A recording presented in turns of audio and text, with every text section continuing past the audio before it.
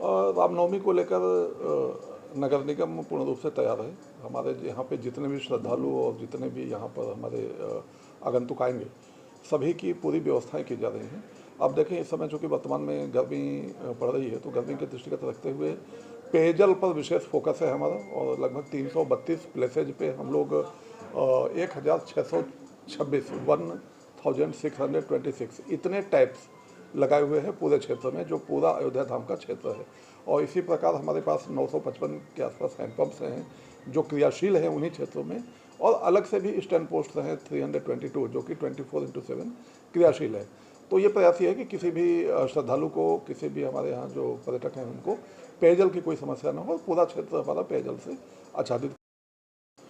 इसके साथ ही साथ हमारे पास पानी के टैंकर्स भी हैं जो कि वाटर टैंकर्स हैं, और जो अगर काफ़ी रश होती है तो जो पार्किंग एरिया है या जो होल्डिंग एरियाज है जहाँ पे तात्कालिक व्यवस्था करनी होगी, वहाँ पे हम लोग पेयजल के टैंकर्स के माध्यम से करेंगे।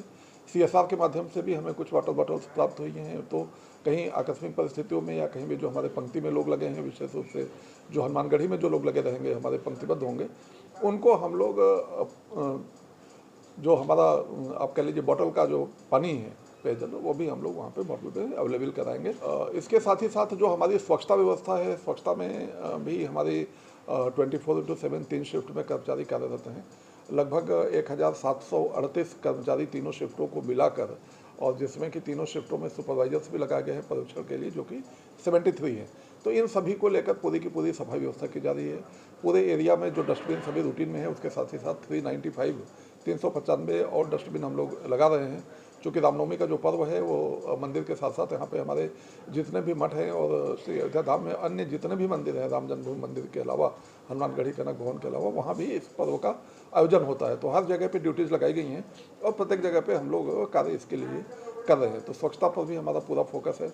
मैकेनिकल स्वच्छता की तरफ हम लोग ज़्यादा कार्य कर रहे हैं, जिसमें कि हमारे पास 6 रोड स्वीपिंग मशीन्स हैं। इसके साथ घाट की सफाई के लिए घाट क्लीनिंग मशीन्स भी हैं, हमारे पास लीटर पिकर मशीन्स भी हैं। तो हम लोग मैन पावर से लेकर मैकेनिकल व्यवस्था तक सारी व्यवस्थाओं को हम उसमें करने जा रहे हैं। जो ग्रीष्म ऋतु है और उसको देखते हुए हम लोगों ने कुछ विशेष प्रयास किए हैं नगर निगम के द्वारा, और श्रृंगार हाट से लेकर हनुमानगढ़ी तक हम उस पर शेड करने जा रहे हैं, जो कि अष्टमी नवमी के दिन रहेगा, पूरा छाया रहेगी।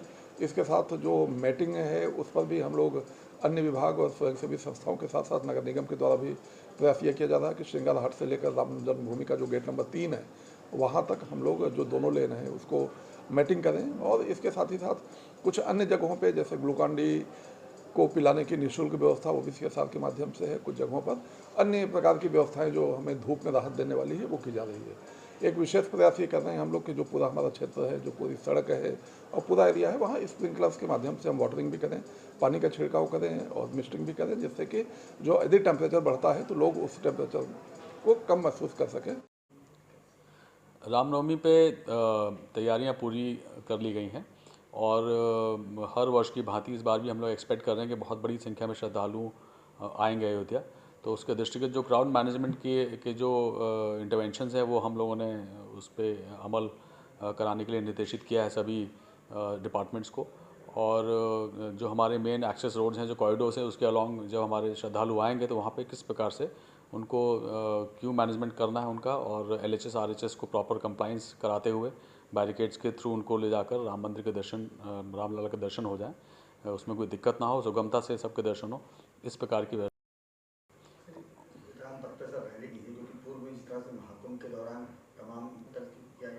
महाकुंभ के दौरान बहुत बड़ी संख्या में, अप्रत्याशित संख्या में श्रद्धालु आए थे, तो उस समय विशेष व्यवस्थाएं हम लोगों ने की थी। और हम लोग ये मान के चल रहे हैं कि रामनवमी में भी बहुत बड़ी संख्या में श्रद्धालु आएंगे, तो उसी तरह की व्यवस्था हम लोग करने का प्रयास कर रहे हैं। निकास द्वार जो नॉर्मली होता है, बिरला धर्मशाला से ही एंट्री एग्जिट होता है नॉर्मल डेज़ में, पर इसको चूँकि जब संख्या बढ़ जाती है तो गेट नंबर 3 से हम लोग एग्जिट कराते हैं, क्योंकि अदरवाइज़ कंजेशन की स्थिति बन जाती है।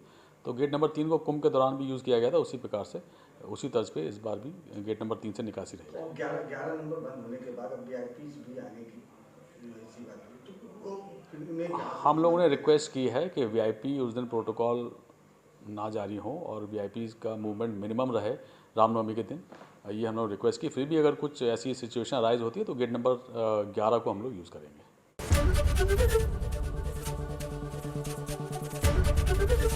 एबीपी गंगा, खबर आपकी, जुबान आपकी।